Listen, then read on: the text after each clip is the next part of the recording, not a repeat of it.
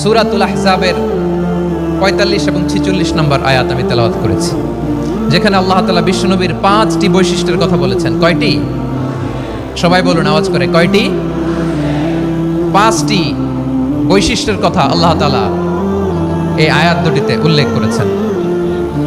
বিশ্বনবী সাল্লাল্লাহু আলাইহি ইসলামের জীবনী, ওনার বায়োগ্রাফি নিয়ে কথা বলাটা দুষ্কর, কারণ এটার কোনো শেষ নাই, কুল নাই, কিনারা নাই, বিয়ন্ডলেস, বাউন্ডলেস, বটমলেস। সুবহানাল্লাহ বলেন।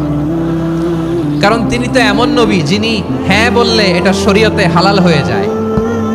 নবীর মুখ দিয়ে যদি বের হয় হ্যাঁ, নাম, ইয়েস, তাহলে এটা হালাল, ঠিক কিনা বলেন?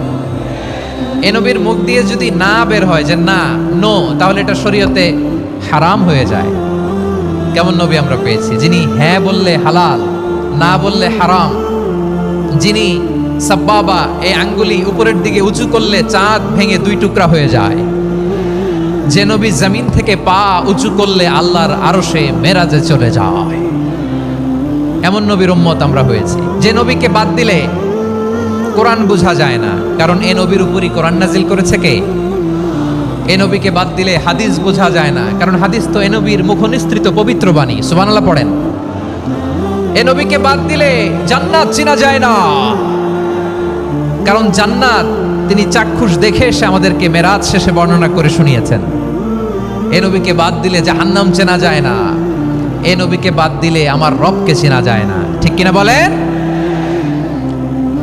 তো বিশ্বনবীর 5টি বৈশিষ্ট্যের কথা আল্লাহ তাআলা এই সূরাতে উল্লেখ করেছেন।